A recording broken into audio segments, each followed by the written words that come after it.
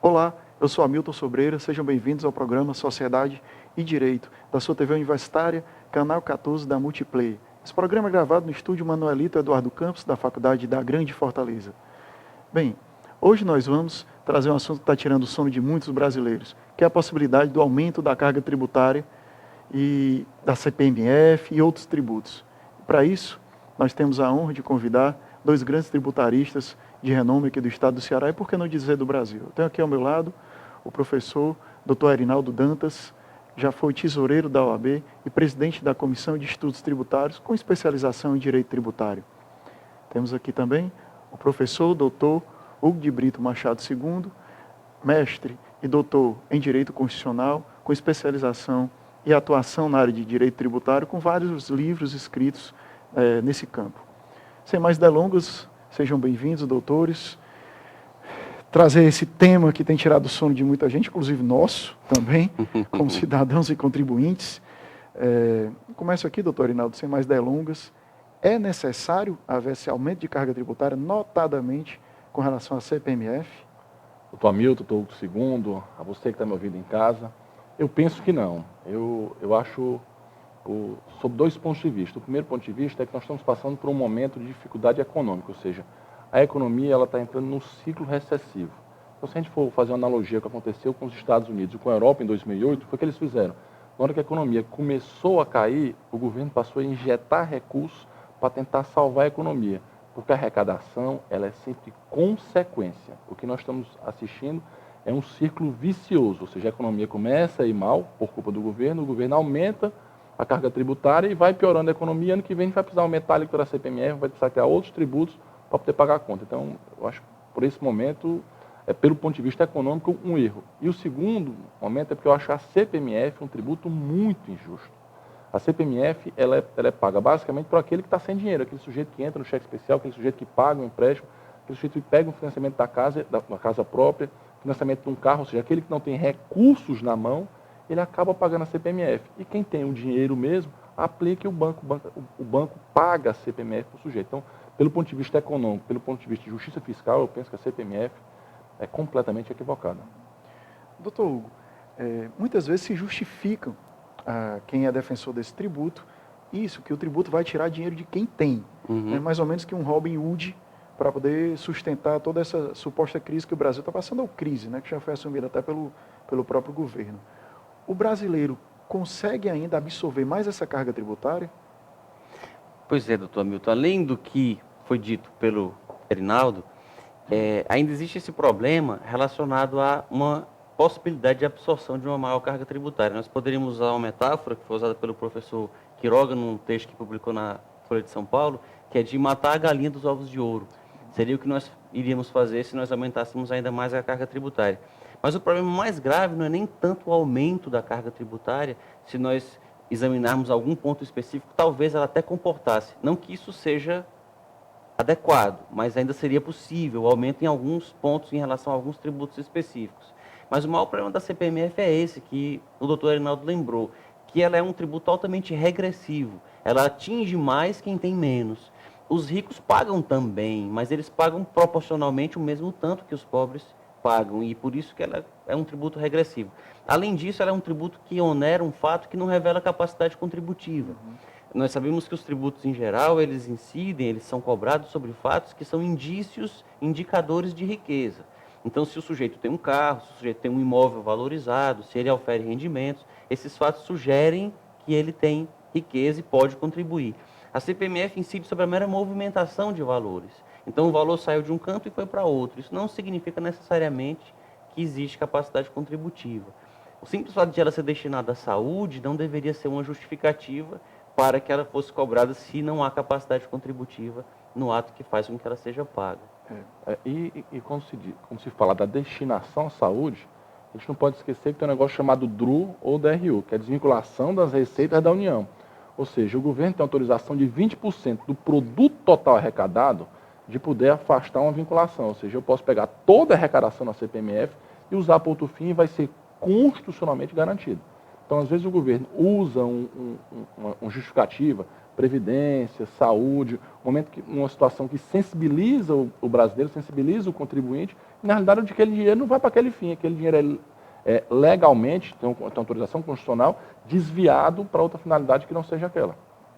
Quando a gente fala em matéria de tributo, a gente sempre pensa para poder legitimá-lo um retorno para a sociedade. Diretamente, utilizando esse parâmetro, o tributo hoje no Brasil se configura como legítimo, doutores?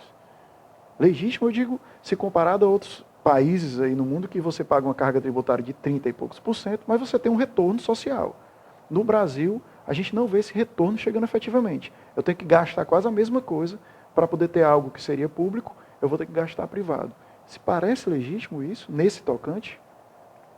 Pois eu achei muito interessante você ter tocado nessa questão da legitimidade, porque houve inclusive uma mudança no perfil dos trabalhos que são feitos nas faculdades hoje em dia.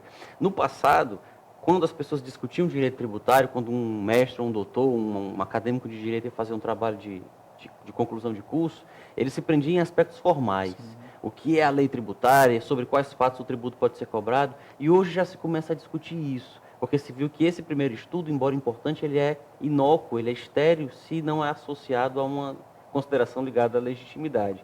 E nós poderíamos dizer, além do que foi lembrado, de não haver o retorno, a legitimidade de uma cobrança de um tributo, ela decorre não só disso, não só do retorno, que no Brasil nós não temos, como ela decorre também da forma como o contribuinte é tratado pelo fisco. A legislação precisa ser uma legislação clara, o fisco precisa tratar o contribuinte com lealdade, precisa presumir que o contribuinte age de boa fé. Não é possível que seja uma relação de rivalidade em que um fica tentando dar uma rasteira no outro, que é o que acontece. Nesse tocante, a gente tem uma inversão dos polos, né? Hoje a má-fé se presume e a boa-fé tem que se provar. Ao contrário do que o direito prevê, não é isso? Exato, e aí isso se reflete na questão da legitimidade, porque o contribuinte é tratado como um bandido, mas exige cada vez mais que ele contribua para o custeio da máquina pública. Então, para que ele possa contribuir com mais espontaneidade, digamos assim, para que haja uma adesão voluntária dos contribuintes à tributação, seria importante não só o retorno, mas também um adequado tratamento dos contribuintes no âmbito do processo, no processo administrativo, durante uma fiscalização e assim por diante. E outra coisa interessante é que se compara muito a carga tributária brasileira com a carga tributária de países escandinavos. Diz, não, na Suécia, a carga tributária é mais alta que a brasileira, mas tem uma diferença brutal aí. Lá o contribuinte, ele briga para pagar muito imposto, porque na hora que ele paga muito imposto, ele tem uma saúde com qualidade, ele tem previdência, ele tem escola, ele tem o ensino fundamental, muitas vezes o ensino superior já pago pelo governo de forma integral, ou seja, compensa pagar para o governo, porque aquilo que sobra depois dos impostos, eu vou gastar comigo. O que acontece aqui no Brasil? Você tem uma carga tributária altíssima e depois tem que pagar condomínio porque eu não tenho segurança pública que não permita eu não ter porteiro no prédio. Enquanto que nos Estados Unidos e na Europa é muito comum você não ter porteiro no prédio, só os apartamentos mais luxuosos. Aqui eu tenho que ter, que senão eu sou roubado. O condomínio é caro. Eu tenho que pagar plano de saúde caro. Você viu o que está acontecendo com a Unimed paulistana, de que pessoas necessitadas pagam a Unimed porque não podem confiar no SUS. Eu tenho que fazer previdência privada, porque se eu for confiar na previdência pública, ou seja, tudo aquilo que eu pago, eu sou obrigado a pagar de novo. Aí, nesse ponto, o professor Hugo Machado Pai, ele tem um argumento de que a carga tributária às vezes chega a ser confiscatória, porque eu pago o tributo, sou obrigado a pagar tudo de novo e às vezes não consigo pagar, ou seja, eu entro no cheque especial, não consigo pagar as minhas contas para poder cumprir obrigações que já deveriam ser obrigações do próprio governo. E se a saída for sempre tributária, eu me lembro muito bem do professor Hugo de Brito falando, quando a gente dizia, não, vão cobrar tributo por respirar. Ele, não, vai ser por respirar e inspirar. É pela passagem do ar. Pela passagem do ar, É. Exato, complementando. Mas pegando um gancho um pouco, doutor Arinaldo, você falou da crise internacional, crise de 2008. O Brasil, essa crise que o Brasil está passando, é absolutamente igual à crise europeia? Porque se pegam, eu estou perguntando isso porque se pega a crise internacional para justificar a crise no Brasil. Você está falando da crise do Brasil, mas houve crise na Grécia, crise em Portugal, que praticamente exterminou a classe média. É a mesma coisa? Não. Pelo menos semelhante? Não, o tanto que se a gente pegar, por exemplo, o ranking que foi divulgado do crescimento do mundo. Dos principais países do mundo, só 3 tiveram PIB negativo. A Rússia, pelas sanções, a Ucrânia, porque está em guerra, e o Brasil. Todos os outros estão de positivo para cima, ou seja, o mundo está vivendo uma época de pujança. As coisas estão bem no mundo inteiro. O que tem acontecido com um cenário que é preocupante é que a China diminuiu o crescimento, mas não parou de crescer. Então, o que acontece com o Brasil hoje é uma situação que vai na contramão do resto do mundo. A minha leitura da situação brasileira é uma leitura de que o governo fez uma má gestão do ponto de vista fiscal, mas, acima de tudo, a confusão, inclusive tributária brasileira, ela espantou investimentos. E não tem jeito. A única forma que você tem de crescer é aquilo que eu falei no começo. A arrecadação é a consequência. Então, é necessário que haja desenvolvimento econômico, e com desenvolvimento econômico eu vou conseguir arrecadar. Então, eu preciso gerar emprego e renda. Para gerar emprego e renda, eu preciso investir em novos maquinários, eu preciso investir em fábricas, eu preciso investir em comércio.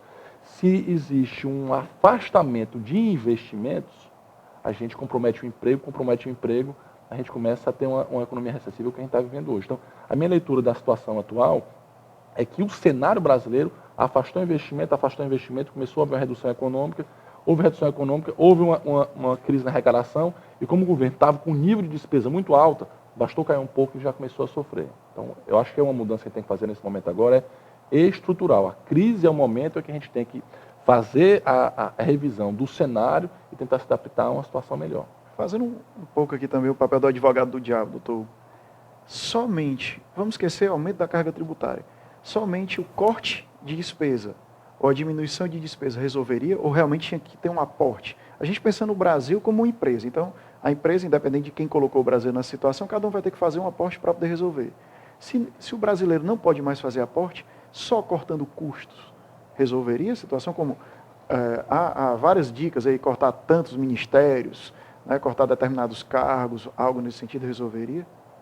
Resolveria, Milton, porque se nós pararmos para pensar, a nossa máquina pública, a nossa máquina estatal, ela é muito hipertrofiada, ela é muito exageradamente grande, existem muitos servidores, a comparação da quantidade de cargos comissionados que o nosso Poder Executivo tem, por exemplo, o nosso Poder Legislativo, comparados com de outros países que têm um tamanho semelhante ao Brasil, é algo absolutamente assustador. Então, nós temos uma quantidade de servidores públicos talvez desnecessária, talvez possa haver um corte de despesas importante. Mas, além disso, é importante nós lembrarmos um aspecto que sempre que se discute esse assunto que nós estamos discutindo hoje, que as pessoas às vezes raciocinam como se só injetando mais dinheiro dentro do Estado os problemas possam ser resolvidos. Claro. Quando muitas vezes nós vemos na televisão reportagens que mostram, por exemplo, um posto de saúde em que sobram determinados medicamentos que as pessoas não precisam, mas aqueles medicamentos que as pessoas precisam no dia a dia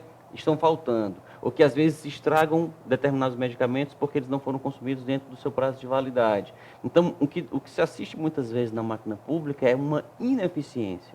Então, não que esses cortes devam levar necessariamente a uma redução do serviço público que é oferecido. Perfeito. Se pode oferecer um serviço público igual ou até melhor, com um pouco mais de eficiência, com menos desperdício. Claro. Voltando um pouco mais agora novamente para o assunto do direito tributário, que é o campo que os doutores manejam muito bem. Com relação à possibilidade de tributação de lucros e dividendos, doutor Arinaldo, o que é que você acha sobre isso? Isso vai alcançar os mais ricos, que é o que geralmente quem defende, vou utilizar o termo taxação, né, no lugar de tributação, que é o que se defende uma taxação para os mais ricos. Isso alcançaria efetivamente os mais ricos? Seria uma forma justa de tributar? Para quem está entendendo em casa, né? Qual é a ideia do ministro Levi, que já disse em seguidas entrevistas. Quando uma empresa ela fatura, quando a empresa ela faz a apuração, ela paga lá o imposto de renda dela. A empresa pagou o imposto de renda dela e o sócio retira o lucro de dividendos sem incidir novos impostos. O Levi está querendo tributar o imposto de renda da empresa e também o imposto de renda do sócio quando recebe o lucro. Alguns defendem aí que seria uma bitributação, porque a empresa já pagou aquele imposto. Eu, pessoalmente, entendo pelo ponto de vista acadêmico que não, são dois fatos geradores distintos.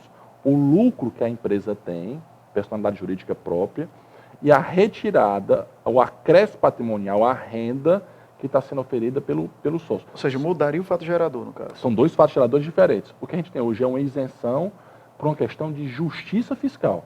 Se a empresa já paga, para que eu vou estar cobrando também do sócio, já que o objetivo do sócio é tirar o lucro da empresa. Então, eu estaria usando um raciocínio comum de cobrando dele 2 vezes. Mas, tecnicamente, é possível. Não seria bitributação, são 2 fatos geradores diferentes. É mais uma medida que faz o quê? Espanta o investimento. Nesse momento, a gente precisa e sem querer puxar para o capitalismo, mas é uma regra do capital. Só existe o investimento porque o investidor colocou o recurso querendo retorno. No momento em que você quer tributar mais, ele vai colocar aquele custo ali no produto. E muitas vezes quem determina o preço é o mercado. Então, na hora que ele faz a conta tributária, ele vai e escapa. Para os alunos aqui que conhecem bem, é a questão do PlayStation 4 que chegou no Brasil a R$4.000. As pessoas não queriam comprar no Brasil porque não valia a pena. Na realidade, aquilo foi uma estratégia da Sony, que tinha acabado de montar uma fábrica do PlayStation 3 aqui, e se já começasse a vender o 4, ela ia perder todo o investimento que ela fez no 3. Mas, usando esse raciocínio que ela usando a mesma lógica? Na hora que você coloca o custo tributário e vai ter que vender o produto por R$4.000, você sabe o quê? O mercado não paga. Se o mercado não paga, eu não vou investir. Se eu não vou investir, eu não gero emprego e renda. Então, essa medida do Levy é uma medida que pensa, joga xadrez sem contar com a jogada do adversário. Na hora que ele faz isso aqui, vai diminuir ainda mais o investimento. É igual aquela história, né? De que na seleção, joga a bola para o Garrincha que ele faz isso, mas falta combinar com a equipe adversária, né? Falta combinar com os russos. E em acréscimo a isso que o Erinaldo falou, é importante lembrar que as pessoas às vezes fazem projeções de, se forem tributados os dividendos, haverá um acréscimo na arrecadação de tantos milhões ou de tantos bilhões com a tributação dos dividendos. Esse cálculo, essa projeção é feita com base nos dividendos que são distribuídos hoje. Só que esses dividendos são distribuídos hoje nesse montante porque não há tributação. Se houver tributação, nada garante que a distribuição será no mesmo montante. Então é possível que a arrecadação seja inferior. E eu acrescentaria só ao que o Erinaldo disse, que essa é uma particularidade do Brasil. O Brasil é um dos poucos países do mundo que não tributa a distribuição de lucros ou dividendos. Sim. A maior parte dos demais países do mundo tributa lucros e dividendos. Então não é bem uma invenção do atual ministro da Fazenda tributar lucros e dividendos. Essa, inclusive, é uma proposta antiga de pessoas com ideologia um pouco mais à esquerda, de tributar lucros e dividendos, desde que eles foram isentos, que existe uma oposição a essa isenção. Mas é preciso só fazer uma distinção, que seria, caso essa proposta seja aprovada, seria muito importante diferenciar 2 situações diferentes. Uma situação é a situação, por exemplo, do advogado, do médico, do contador, que constitui uma sociedade para prestar o serviço que é prestado por ele pessoalmente com o seu trabalho. E ele recebe aquele valor através da pessoa jurídica por ser um planejamento tributário, porque a tributação é menor, e ele recebe a distribuição do lucro em seguida. Nesse caso, a isenção, doutor Erinaldo, acho que isso justifica plenamente, porque nós temos um fato só, que é o trabalho do sócio, o trabalho do advogado, que foi tributado na pessoa jurídica e, embora tecnicamente fosse possível tributar na física, mas haveria uma dupla tributação econômica que seria injusta do ponto de vista, digamos assim, valorativo ou filosófico. Mas diferente é a situação, por exemplo, de um grande capitalista, de um grande acionista, de um SA, por exemplo, que é proprietário de um volume imenso de ações de uma determinada companhia e que não trabalha, que simplesmente recebe o dividendo daquela companhia e que tem um lucro completamente isento de tributação. Há uma situação desse tipo, por exemplo, que um livro que está muito na moda e até alguns acadêmicos um pouco mais refinados começam a ficar com preconceito porque ele está vendendo no aeroporto, dizem que se vende no aeroporto então não é bom, que é o livro do Thomas Piketty, do Capital no século XXI, que ele se insurge contra uma grande desigualdade que tem se avolumado no mundo, e um dos motivos é uma baixa tributação do capital, do rendimento decorrente do capital. Em resumo do que os doutores colocaram, eu poderia dizer que isso seria legal, mas não seria justo. Talvez o fim maior do direito seja a justiça, né? Superior a qualquer legalidade, e nem conveniente. A gente tem observado que algumas medidas têm sido, inclusive, antipáticas. Pode até não resultar em alguma economia, mas uma medida antipática no momento desse governo talvez não seja interessante. E, doutores, o tão falado que desde a Constituição de 88, notadamente com a Constituição de 88, se fala o IGF, o Imposto sobre Grandes Fortunas. Por que não se cobra? Porque não se traz resultado, ou porque há lobby, ou porque há medo, ou porque são os grandes patrocinadores dos políticos. Por que não se cobra o imposto sobre grandes fortunas, doutor Erinaldo? Maquiavel já ensinou que o mal, quando você for fazer, você faça de uma vez só, e o bem você faça prestações para garantir a popularidade. Né? Evidentemente, eu acho que esse livro de cabeceira não está no atual governo, que tem seguidas vezes tido manchetes de ações que seriam negativas. O imposto sobre grandes fortunas tem na sua previsão, acho que é o inciso 7º do artigo 153 da Constituição, ele é um imposto muito polêmico. Eu pessoalmente, ninguém gosta de pagar imposto, né? É difícil você encontrar algum imposto que seja justo, mas esse imposto sobre grandes fortunas, ele gera primeiro uma discussão vaga. O que é uma grande fortuna? Porque quem comprou um apartamento há muito tempo atrás, comprou financiado pela Caixa, pagou com muita dificuldade, e porventura esse apartamento hoje está numa região bem valorizada da cidade, ele hoje vale mais de R$1 milhão. O sujeito não consegue mais, com os rendimentos de hoje, conseguir comprar um apartamento igual aquele. Mas ele, pelo ponto de vista meramente semântico, ele é milionário porque o patrimônio dele supera R$1 milhão. E por causa disso daí eu vou usar esse argumento de retórica para cobrar dele uma grande fortuna. Sem falar que outro argumento para mim é fundamental, é aquilo que a gente falou de combinar com os russos. Se nós estamos falando de uma grande fortuna, de um sujeito que tem aquele avião top, daquele sujeito que tem uma casa em Monte Carlo, que pode se tornar contribuinte em Monte Carlo, ele vai escapar do Brasil. Opa, se vão me cobrar muito mais, eu vou escapar do Brasil, eu não vou estar pisando aqui. Se eu tenho uma grande fortuna, eu não preciso do Brasil. Então, é um imposto que, na minha opinião, ele espanta o investimento. Isso é literalmente um imposto para inglês ver. É uma coisa que se tem muito nos Estados Unidos. Nos Estados Unidos, o sujeito, por exemplo, o Trump, que é candidato ao governo americano, ele viaja num avião que ridículo, escrito Trump e tal, mas os americanos gostam daquilo. Por quê? Porque o americano quer trabalhar, quer ganhar dinheiro e um dia quer ter o seu próprio avião. Aqui no Brasil, quando você vê alguém com muito dinheiro, esse aí só chegou lá através de enrolar, através de lava-jato, e se cria uma antipatia. E, na realidade, eu acho que tem que haver uma educação no Brasil para que as pessoas possam trabalhar, possam garantir desenvolvimento econômico, as pessoas vão ser felizes com isso aí e a arrecadação vai ser uma mera consequência. Não precisa tributar tanto para conseguir chegar aos mesmos fins. Só pegando o gancho, já que o doutor Arinaldo falou aí, eu comprei um determinado imóvel há tantos anos e hoje ele vale tanto. Outra possibilidade de tributação sobre o aumento de capital, com novas faixas de tributação, novas alíquotas para a pessoa física, doutor. Como é que a pessoa física que se enquadra nessa situação, desse exemplo que o doutor Arinaldo colocou, se vê agora com isso? Exatamente, eu comprei um exemplo, um imóvel a R$100 mil, hoje ele está valendo R$1 milhão. Eu vou ter um aumento de capital. Que susto mais eu vou tomar com essas medidas? Qual mais? Veja só, Hamilton, no caso desse aumento de capital aqui, o doutor Arnaldo fez referência, pela legislação atual, ele só seria tributado se ele realizasse esse ganho de capital, se ele vendesse o imóvel. Perfeito. Se ele não vender o imóvel, ele não vai pagar imposto algum. Ele pode, eventualmente, pagar um IPTU um pouco mais elevado, mas não em um valor que vai inviabilizar que ele continue proprietário. Mas verificando a situação de uma possível venda e com essa nova forma de tributação, isso vai penalizar o contribuinte ou isso vai trazer um efetivo retorno? Ele vai pagar só porque ele está ganhando, né? Todo o problema no caso de um imóvel adquirido há muito tempo se coloca no plano da questão da inflação, que pode, aquele aparente ganho de capital pode, na maior parte dele, ser apenas uma decorrência da inflação. E a legislação pode, e tem feito isso, dado descontos e feito abatimentos de acordo com a idade, com o período que decorreu o ganho de capital. Imóveis adquiridos há mais de 10 anos, 20 anos, 30 anos, e assim por diante, há um redutor do tributo incidente sobre o ganho de capital. Mas, voltando para a questão do imposto sobre grandes fortunas, um aspecto, você perguntou por que ele não é criado. É algo paradoxal. É o único caso de competência tributária não exercitada no país. Não é preciso emenda constitucional, não é preciso reforma tributária, não é preciso nada. Existe a previsão para que o tributo seja criado e ele não é criado. Existem várias explicações para isso. Existe uma explicação de que o tributo não seria eficiente, que arrecadaria pouco, que espantaria o investimento. E existe uma outra explicação que é de que as grandes fortunas são as que realmente mandam no país. As grandes fortunas são as que realmente financiam as eleições dos deputados e senadores e do presidente da República. E, portanto, as grandes fortunas não querem se autotributar. Então, por isso, talvez a tributação no Brasil é tão regressiva. Ela penaliza tanto os mais pobres, que era o que nós conversávamos a respeito da CPMF, e ela não onera tanto os mais ricos. Senhores, o tempo se nos vai. Mais uma vez, parafraseando aqui Galvão Bueno, conversar sobre direito é bom, conversar sobre direito tributário é melhor ainda. Né? Quero agradecer a presença dos doutores e 30 segundos, doutor Arinaldo, doutor Hugo II, fazer suas considerações finais, doutor Arinaldo.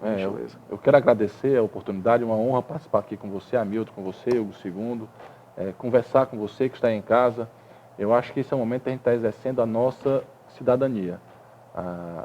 O aumento de impostos, na minha opinião, não vai resolver o problema do país, só vai agravar e debarrar a nossa situação. Eu acho que é através do exercício da cidadania, do envolvimento, a gente vai conseguir resolver os problemas. A gente falou do que o custo da máquina pública, é bom lembrar que é muito comum, tanto na Europa quanto nos Estados Unidos, que vereadores não recebam salário. O vereador presta um serviço cívico. Muitas vezes as câmaras se reúnem só uma vez por semana. Então, medidas como essa, de consciência que o dinheiro público é um dinheiro de todos, podem servir para que a gente possa reduzir a máquina pública, não acabar com os investimentos sociais, investimentos na saúde, que são os mais necessitados, mas investimentos absolutamente burocráticos, para que a gente possa poder avançar enquanto nação e poder tornar o Brasil mais competitivo. A gente não pode esquecer hoje que a gente vive um mundo globalizado. Mais uma vez eu agradeço a oportunidade e me coloco à disposição para futuros encontros. A gente que agradece, doutor Hugo. Muito bem, também agradeço o convite, Hamilton, agradeço a oportunidade de debater e a mensagem final que eu gostaria de deixar para os ouvintes é para que nós participemos, como disse o Erinaldo, da vida política do país e abandonemos um pouco aquela ideia do quanto pior melhor. Então, claro. Se eu quero, se eu sou contra o governo, eu vou querer sempre que tudo dê errado. Se eu sou a favor do governo, também vou fechar os meus olhos e não vou reconhecer os equívocos que são cometidos. Então, participemos, que nós devemos participar, devemos debater sobre esses assuntos, a respeito desses assuntos, com abertura, com franqueza, e tentar, assim, encontrar uma solução melhor. As pessoas, às vezes, se queixam da carga tributária, mas sempre que elas têm uma oportunidade de fazer uso de recursos públicos, seja através de uma bolsa, seja através de um enfim, em qualquer cenário que seja, elas sempre fazem questão de fazer uso daquele recurso até o final e como se ele fosse ilimitado. Então, é importante nós tentarmos, cada um fazer a sua parte e, dessa forma, talvez conseguir fazer com que o nosso país saia dessa crise.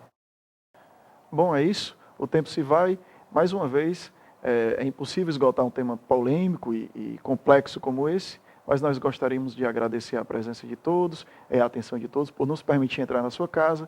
Caso queiram entrar em contato conosco, faça através das redes sociais do Facebook, do Instagram ou do Twitter, FGF, Faculdade da Grande Fortaleza. Até breve.